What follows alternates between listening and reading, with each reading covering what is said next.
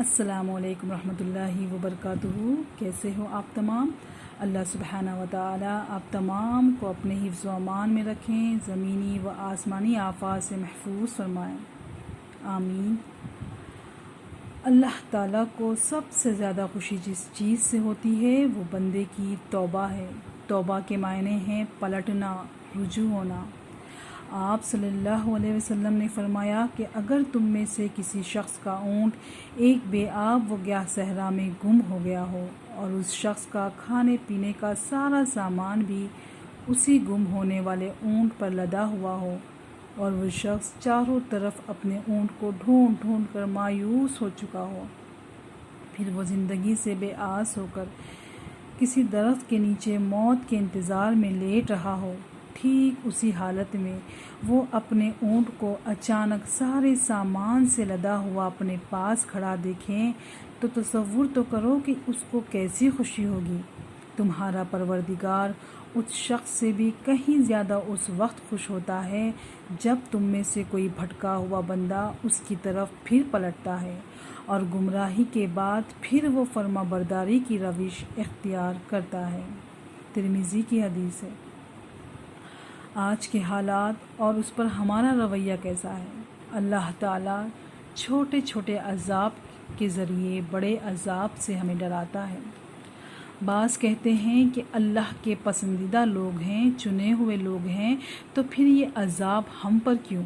وہ اس لیے کہ ہم اپنے گناہوں پر توبہ نہیں کرتے۔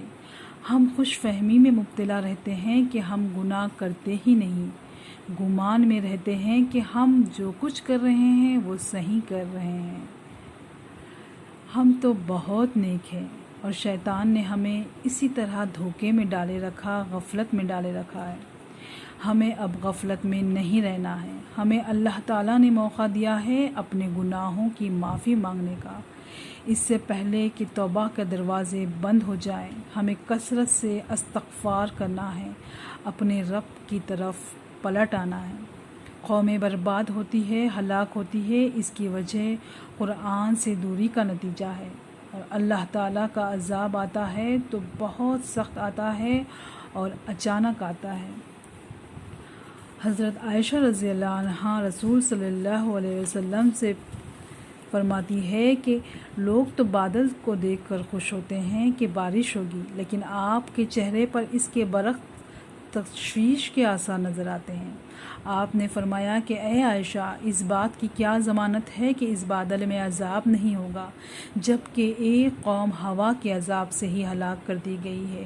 اس قوم نے بھی بادل دیکھ کر کہا تھا کہ یہ بادل ہے جو ہم پر بارش برسائے گا، اور جب آسمان پر بادل گہرے ہو جاتے تو آپ کا رنگ متغیر ہو جاتا اور خوف کی سی ایک کیفیت آپ صلی اللہ علیہ وسلم پر طاری ہو جاتی، جس سے آپ بے چین رہتے، کبھی باہر نکلتے، کبھی اندر داخل ہوتے، اور جب بارش ہو جاتی تو آپ اطمینان کی سانس لیتے۔ آپ صلی اللہ علیہ وسلم جب گہرے بادل دیکھتے تو اس قدر بے چین ہو جاتے۔ ہمارا کیا رویہ رہتا ہے جب ہم بادل کو دیکھتے ہیں؟ کیا ہم نے کبھی اس پر غور و فکر کیا ہے؟ ہم اتنے غفلت میں رہتے ہیں کہ ہمیں کبھی عذاب کا خیال ہی نہیں آتا۔ آج دیکھیے حیدرآباد اور اس کے اطراف کے دوسرے شہروں میں سیلاب کی وجہ سے سب لوگ پریشان ہیں۔ کئی لوگوں کی جانیں چلی گئی، کئی لوگ اپنے تمام مال و اسباب سے ہاتھ دھو بیٹھے، کئی لوگوں کے گھر ڈوب گئے بارش میں، کھانے کے لیے کچھ نہیں، رہنے کے لیے جگہ نہیں، اور ہر کسی کے چہرے پر ایک خوف و دہشت ہے۔ پتہ نہیں یہ آزمائش ہے یا عذاب یا ہمارے گناہوں کا نتیجہ۔ اگر ہم اب بھی نہ سنبھلے، اس قرآن کی طرف اب بھی نہ آئے، اگر ہم اپنے گناہوں کی معافی اب بھی نہ مانگے تو ہم سے زیادہ بے وقوف اور گمراہ کوئی نہ ہوگا، کیونکہ پتہ نہیں یہ عذاب و آزمائش ہم پر کب آ جائے۔ اس لیے توبہ و استغفار کرنے میں دیر نہ کرنا چاہیے۔ زندگی کا حال کسی کو نہیں معلوم، کب مہلت عمل ختم ہو جائے کچھ خبر نہیں، اگلا لمحہ زندگی کا لمحہ ہے یا موت کا پتہ نہیں۔ ہر وقت انجام کا خیال رکھنا چاہیے اور خوب اللہ تعالیٰ کے سامنے گر گڑا کر اپنے گناہوں کی معافی مانگنا چاہیے اور کثرت سے استغفار کرنا چاہیے۔